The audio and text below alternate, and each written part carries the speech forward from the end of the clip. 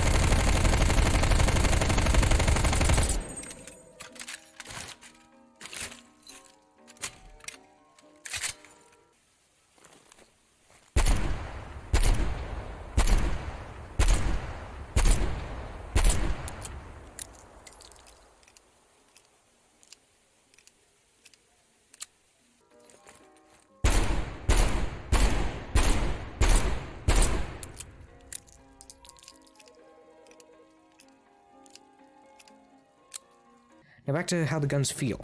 As I said earlier, recoil in Cold War is generally lower across the board compared to Modern Warfare and feel a little less powerful. I think this is deliberate though. I said before that these games need to be treated as just a comparison rather than a guide for what Cold War should be.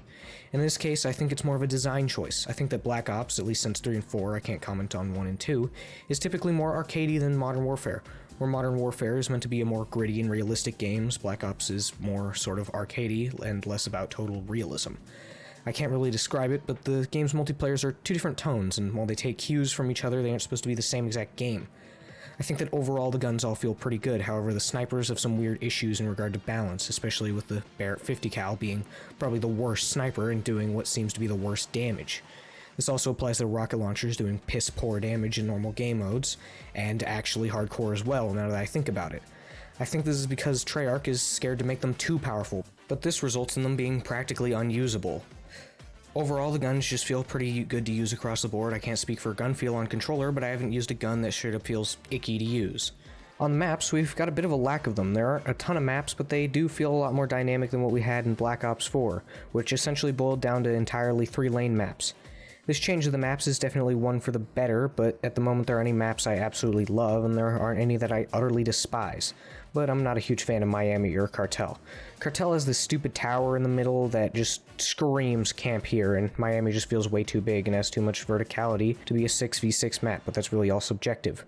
Nuketown is also back, now as a fan favorite I expected it would be, and it's really just Nuketown as usual. With some of these observations out of the way, let's take a look at the straight-up bad and controversial decisions.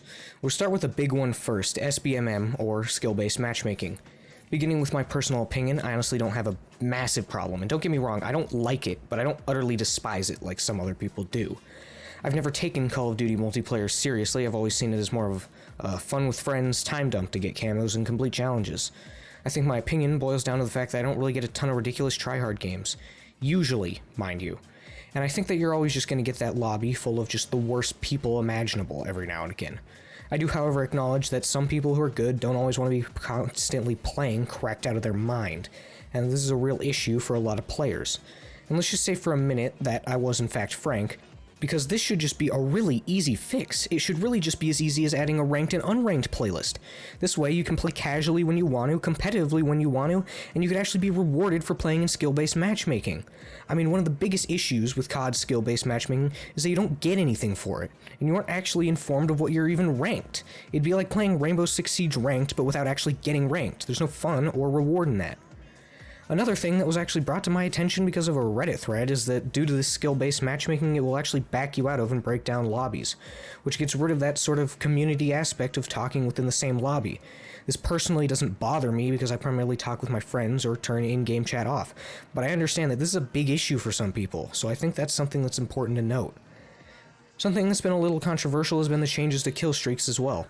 They're now actually score streaks. You gain cumulative score for your score streaks, and once you have enough, you'll get said score streak. However, you are still rewarded for getting kill streaks as you'll get more score towards them for getting multiple kills. I personally don't mind either way. I think it's helpful for players who can't get tons of kills in a single life, but I can see why other people might be upset as it's different from what we've typically had in the past. I think this is one of those things you'll have to form your own opinion on. Another thing that people have taken issue with is the gunsmith and attachments. A lot of people have felt like it's lazily put together and has some issues. From a stats perspective, I think it's all relatively fine. However, people have noticed that some of the attachments have been copy-pasted from one gun to another, especially since one of the foregrips was found to be clipping into a gun. I can understand that people might be upset about this, but I think it's important to note this game's development time and the fact that I don't believe Treyarch had originally even intended to have an entire gunsmith system. This meant that they essentially had to throw together something which doesn't excuse some of the mistakes and laziness here, but it is something to note and consider that had they not made this mistake, people may not have even noticed or cared a ton. This doesn't bug me too much, but it does rub people the wrong way. So with these gameplay choices out of the way, are there any straight up glaring issues?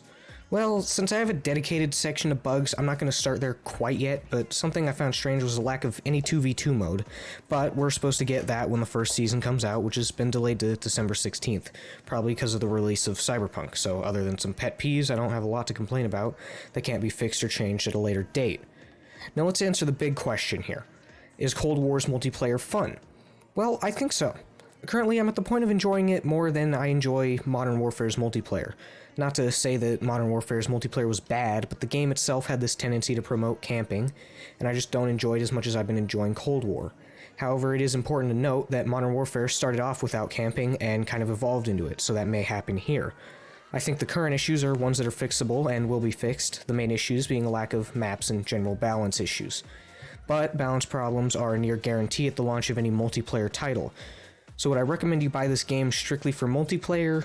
Well, I think we'll get to that at the end of this quote-unquote review.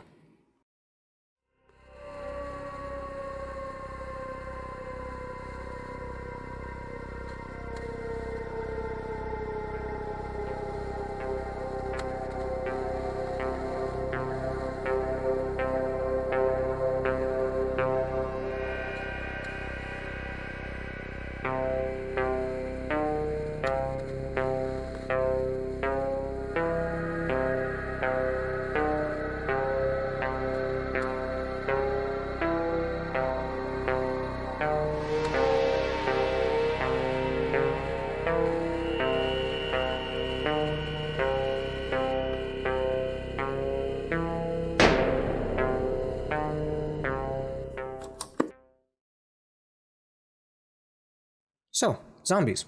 I'm going to start off by saying that zombies in this game is great. Incredible. Really. I honestly didn't play a lot of zombies in Black Ops 3, but it seems that up until now, that was kind of the peak of quality for zombies at the time. I enjoyed Black Ops 4 zombies some, but most people didn't, and I can very much see why. Most of Black Ops 4's maps were subpar, and the game made significant changes to the formula that were not popular with the community. I think one of the big things was that they changed a ton of things that didn't really need changing. It was really just changes for the sake of trying to make something new without considering that maybe the old system worked better. It's not really about reinventing the wheel, it's about making the wheel better, and in this case they didn't do that. But this isn't a video on how Black Ops 4 sucked, so let's get back on track. Let's talk about the game mode itself. I think this game achieves the perfect balance of old and new. They brought back the old perk system of specific locations for specific perks this time around, and the perk limit is gone, at least as far as we know. Since there are only 6 perks on Die Machine, for all we know 6 perks is the max. This is an interesting change. I don't really have much of an opinion on it, but having a max of 4 perks on the old maps did create an interesting dynamic of having to choose what perks are necessary and what perks aren't. This is a change that a lot of people will probably either really like or dislike, but as far as I can tell, the general consensus is that this is a positive change. I don't really care either way, so do with that information what you will. As far as the perks that they've brought back, they've given us Juggernog, Deadshot Daiquiri, Speed Cola, Quick Revive, and Stamina Up. The new perk is Elemental Pop, which essentially gives you a chance to proc a random ammo mod every time you shoot, which is a pretty good idea overall. As for future perks, at the moment of writing this review, it's theorized that we're going to get Tombstone Soda, which may actually be a much more useful perk now. We now have a new weapon progression system past just pack-a-punching as well. Every weapon now has a rarity, which equates to how much damage said weapon is going to deal. This new system allows players to spawn with a weapon of their choice without being immediately overpowered, and it also allows the player to pick the attachments that they want to use in zombies. Now actually it does make a relatively large difference depending on the weapon. Attachments allow you to increase damage range, your general effective damage, as well as stuff like sprint to fire speed and ADS time. This addition adds a bit more of a min-maxing system to zombies. Do you spawn in with the attachments you want at the lowest rarity, or do you pick up a wall gun of higher rarity but risk getting poor attachments? While we're on the topic of rarity, let's talk about how you level up rarities as well as the new armor and salvage system. After turning on the power, you can access a weapon station that allows you to upgrade your weapon's rarity, your armor, and it allows you to reroll your attachments for a small fee. All of these actions cost salvage, which is essentially a new currency. Initially, these upgrades cost smaller to higher amounts of low-tier salvage, and once you hit a certain threshold, you're going to need high-tier salvage, which is harder to come by and drops in only amounts of 10. This, however, is not the only use for salvage. Around the map, you'll find crafting tables, which will allow you to craft various lethals and equipment for varying amounts of salvage depending on what you want. These tables will also allow you to craft score streaks, as well as a self-revive kit. Pack-a-punching has also been changed slightly. You can now triple pack-a-punch weapons, allowing you to do more damage every time you pack. However, this will cost you a rather large sum, I believe a total of 50,000 points to max out your weapon. On top of these changes, you can now choose which ammo mod you want to use. I'm partial to Deadwire, mainly because it allows your weapons to do more damage to megatons, which brings me to the topic of the zombies themselves. The zombies are about the same as usual, however we have a few changes and additions this time around. The zombies begin walking and start running as rounds get higher, and then around 40, sprinters start showing up, which are significantly faster zombies. Zombies will now also throw pieces of themselves at you if they can't get to you. This way it's harder to leverage glitch spots.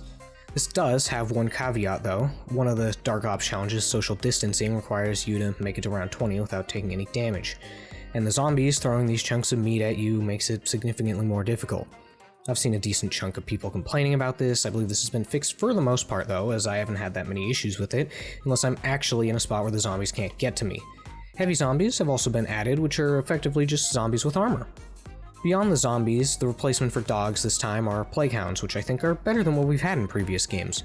They're generally more dangerous than they have been in previous games and keep you on your toes more, as they seem to spawn in normal rounds more than they have in previous games. We also now have the Megaton, which is effectively the boss zombie, which, when killed, splits into 2 more bosses.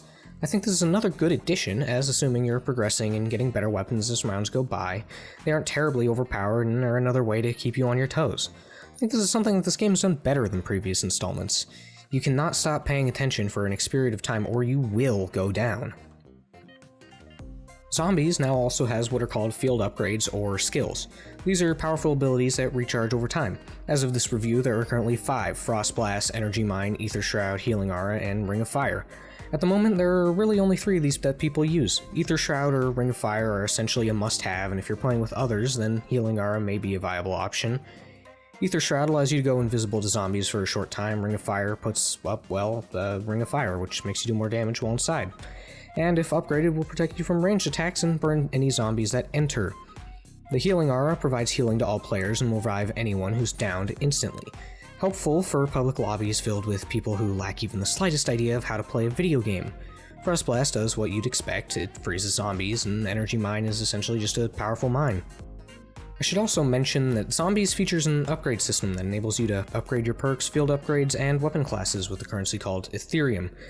Ethereum is gained from completing wave milestones in-game, and you will gain bonus Ethereum for exfilling. And while I'm on the topic of exfilling, I should probably elaborate on what exfilling is. You can now essentially exit the game without dying or completing an Easter egg through what's called exfilling. Every so often, you'll be given the option to exfil, at which point you will have to go into this sort of final stand situation, where you have to wipe out all the zombies in an area and board the chopper before time runs out, or else you'll fail, just the same as dying. Exfilling will grant you extra XP as well as Ethereum. I think this is a good addition, as it's a good way of making the player feel better about ending a game of zombies. It allows you an out that doesn't leave you feeling like you've just lost, even though you just decided it was time to do something else or you had to leave.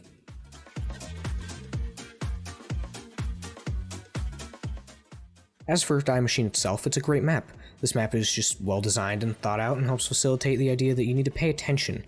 A single slip up and you can screw your entire game up. I think it's been said before, but a good zombies map, or even just a good game, needs to have you blame yourself for your death. You can't feel like you've just been cheated or killed by bad design, or else it's not fun. I think Die Machine does this very well. A large portion of the time I'll go down and it'll just be that moment of, dang, I really screwed that one up. There's always the times where you want to blame the game, but that's really just a matter of our egos, so that's just inevitable. The entire map flows together well, all the areas seem to be thought out and the movement helps facilitate this. The movement system in this game allows you to worm your way around crowds of zombies, and if you're skilled enough you can avoid near certain death with a bit of finagling and mantling. Overall, Treyarch has started zombies off really strong, so let's hope they don't totally botch it. They also added Dead Ops Arcade, but I haven't played it yet, and I don't want this video to be any longer than it already is. Welcome to West Berlin. We've got a job to do. So, the campaign. Black Ops 4 didn't even have a campaign, and after the dumpster fire that was Black Ops 3, I don't think anyone was entirely sure whether this would be any good. However, Treyarch didn't even make this campaign, at least not fully. Raven Software is primarily responsible for Cold War's campaign from what I can dig up. This is because of increasing tensions between Sledgehammer and Raven Software, so Activision decided to push the responsibility of 2020's COD game onto Treyarch, giving them effectively a year to push out a full game. This was alleviated with Raven Software's help, but the lack of development time shows in the final product. I'll touch more on this later. So, is the campaign good? In a word, yes, it is good. I'm going to do just an overview of this because I don't want to spoil the entire game, but there may be minor spoilers coming up, so skip ahead if you don't want to know anything about the campaign. Now this game does things a little different from what we've seen in previous COD campaigns. You actually have choices to make that will affect some of the final outcomes of the game. You also generally have a few different ways to go about things. These options are also often tied to challenges or achievements that serve to entice you to try all the options and see all the different outcomes. This feels really refreshing in comparison to the other COD games that are essentially just shooting galleries, and while Modern Warfare did have some dialogue options, they didn't really affect much of anything long term. I will also indulge that this game has essentially 3 endings based on where your loyalties lie. Works up. Ha! Oh. You're up, Mason.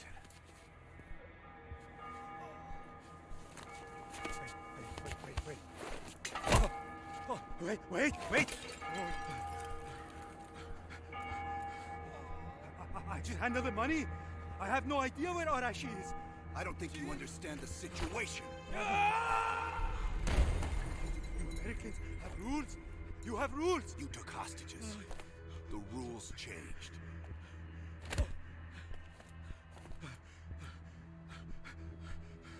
Wait. He's in Turkey. He's meeting someone in Trabzon airfield tomorrow night. I swear I don't know. They only communicate with coded messages.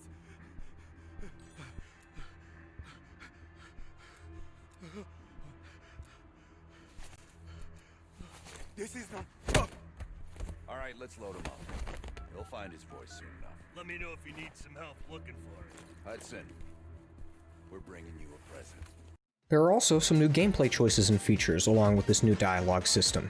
There are now stealth sections, which are pretty basic, but they do serve to add some tension, and if you fail, it'll make your life a whole lot harder.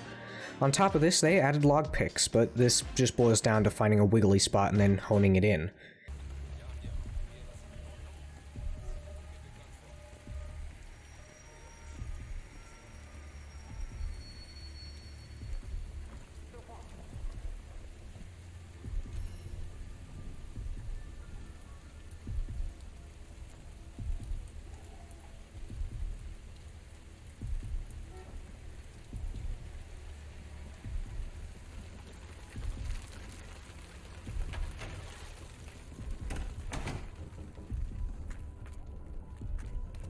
Good work. I don't think anyone saw you.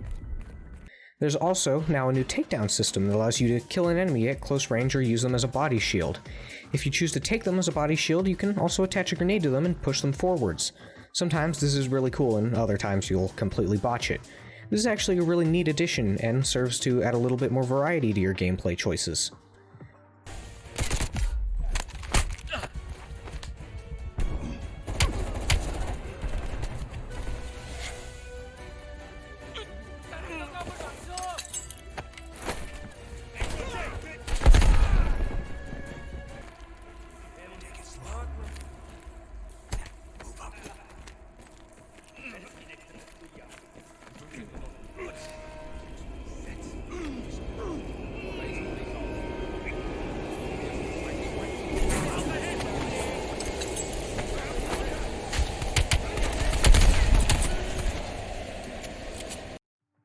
Regarding campaign progression, everything now revolves around an evidence board that will inform you about your past missions, upcoming missions, and side missions. Along with these missions, you also have evidence that you have to collect in order to complete a couple of puzzles so that you can better finish the side missions. It's kind of a shame that there are only 2 of these to solve. I would have liked to see more, but I hope that something like this can return in future installments, and that even other games could take a bit of a note from this. With all these things in mind, I'd say that Cold War's campaign is a lot better than some of the previous installments, and it's definitely worth playing if you decide to get the game. I'm even inclined to say that it's better than Modern Warfare, but maybe I'm just a sucker for the time period. I'd also recommend you play through it twice, but maybe that's just me. Let's talk about how the game looks and how it runs. This will all be regarding PC, and what I should also note is that I played Modern Warfare on the Xbox One X, so that's my main point of reference. I'm going to flash my specs up on screen for a moment, but what's important to know is that I'm running a 5700 XT, a 3700X, and that the game is installed on an SSD. I went through the campaign at all high settings at 1440p, with motion blur off of course, and I found the performance to be fine.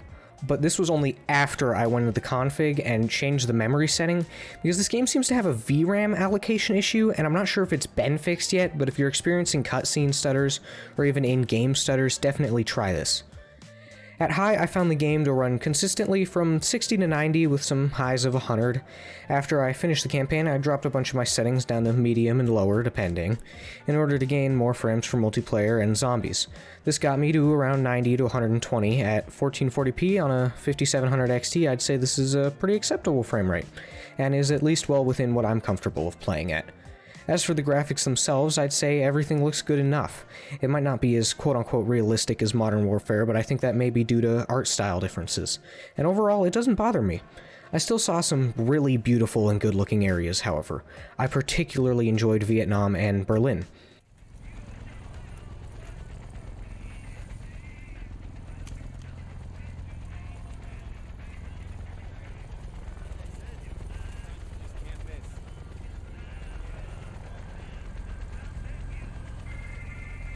Welcome to another day in the life of Camp Haskins, a little oasis in the middle of this godforsaken shitstorm. You're pretty safe here. Hey, Butcher, how's the arm? Still hurts like hell, but at least I can move it.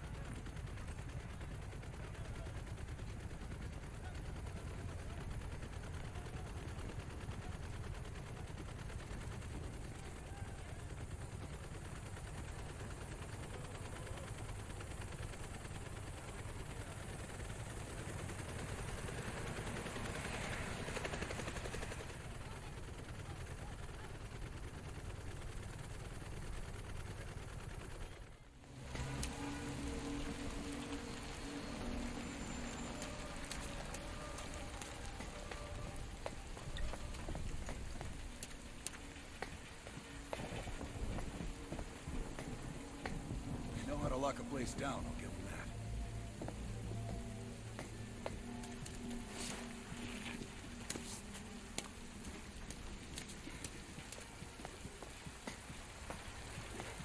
Keep an eye on that check. I'd say that all the weapons and models look good, and that there weren't a ton of standout really bad models except for maybe some rocks here and there. I have, however, heard that there are some reused models scattered around the game in places like D Machine, so do with that information what you will. Overall, I think the graphics do what they need to do and look pretty darn good while doing it.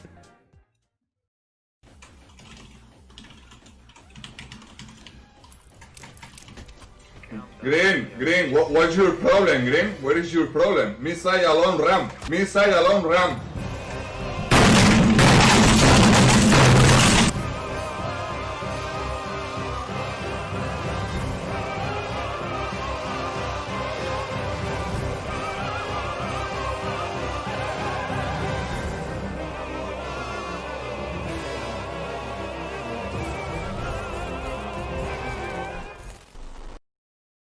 Bugs and glitches, hoo boy, this game has a lot of them. From floating guns to bricking consoles, this game just didn't have enough development time. I think this is probably Activision's fault more than Treyarch's really.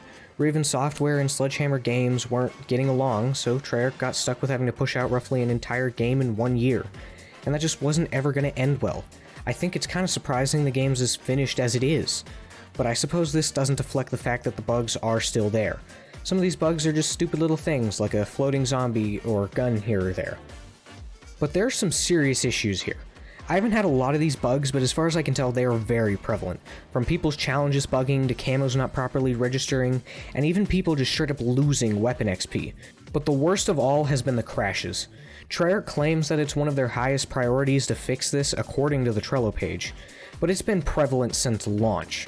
This is incredibly annoying because it's nearly completely random and completely ruins zombie runs. But past the sheer annoyance of just crashing, on console, it's possible that this crash could literally brick your console. I could maybe understand the crashing on PC, simply because PC is hard to develop for from a system configuration standpoint. But the random crashes on console is practically unacceptable. I've also seen some one-time glitches like hitboxes wigging out on Reddit and other stuff like this. I honestly haven't experienced most of these glitches beyond crashing though, so your mileage may vary in regard to bugs. Beyond this, there was the issue of XP gains for a while. People thought that XP gains were pretty slow on release, and then we got double XP, which made people feel better for the time, but it glitched zombies XP so that people were gaining ridiculous amounts of XP, and when they went to patch it, they made it so that zombies was not giving out anywhere near multiplayer's level of XP, meaning that if you wanted to level weapons, zombies was not an option. This is all fixed as of now though, so it may not even be something worth taking into consideration. Another thing to note about this game is that it's got some serious balance issues at the moment, and you might be wondering why I'm putting this in this section instead of multiplayer, although I did touch on these issues in that section. But it's because this is more of a temporary thing and will likely be changed and reiterated upon in the future, primarily regarding the M82 explosives and flak jacket. Currently, the M82 does fuck all damage, which is ridiculous for what's supposed to be a 50 cal, and is barely worth using beyond getting the camos, which is an integral part of progression regarding multiplayer. Right now, Flak Jacket is completely borked as well, like taking 3 direct impact rockets borked. I don't think balance is an entirely important thing to this review though, as it's likely these kinds of things will get worked out relatively soon. So what's the takeaway here? Should you buy the game? Well, yes and no. I'm not going to do a number rating system because that's dumb and you should come to your own conclusions, so I'm just going to give some recommendations here. If you are dying to play this game and what you've seen here hasn't swayed you, well, sure. But if you're looking for a strictly multiplayer experience that's like an upgraded Modern Warfare, then this might not be the one for you. It's at least not a multiplayer experience worth $60. If you're looking for a strictly zombies experience, I'd say wait for the new maps to come out and see if Treyarch keeps up the quality. Or you might consider just waiting for a sale. Like usual though, if you're looking for just a campaign, then A, what are you doing looking at a COD game, and B, it's a good campaign, but at a single playthrough of maybe 5 to 8 hours, it's most certainly not a $60 game. I think this game is looked at best as a full package. There's so much content here between the campaign, multiplayer, and zombies that at $60 I'd say it's a near fair price. I'm someone who plays most of what a game has to offer, and so far I'm not burnt out. And there's been a ton to do in this game, and I haven't even tried Dead Ops, so that's just another bow on top of the package. If you intend to play everything this game has to offer, then I would give it an absolutely glowing recommendation right now. I just can't right now, but I hope I'll be able to. My advice is to wait at least until Season 1 releases, and at that point, if reception is good, bugs have been fixed or are getting fixed, then absolutely go for it. But with the crashes and the glitches right now, I just wouldn't spring for it quite yet. So to wrap this review up, I'm gonna say, wait for bug fixes, and if you're still interested, definitely buy it.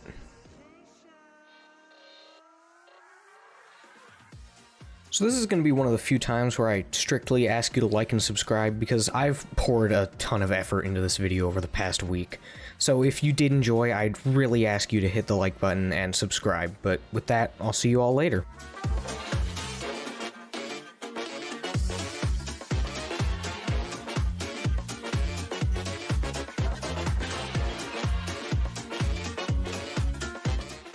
The Cold War end. Summertime. Huh?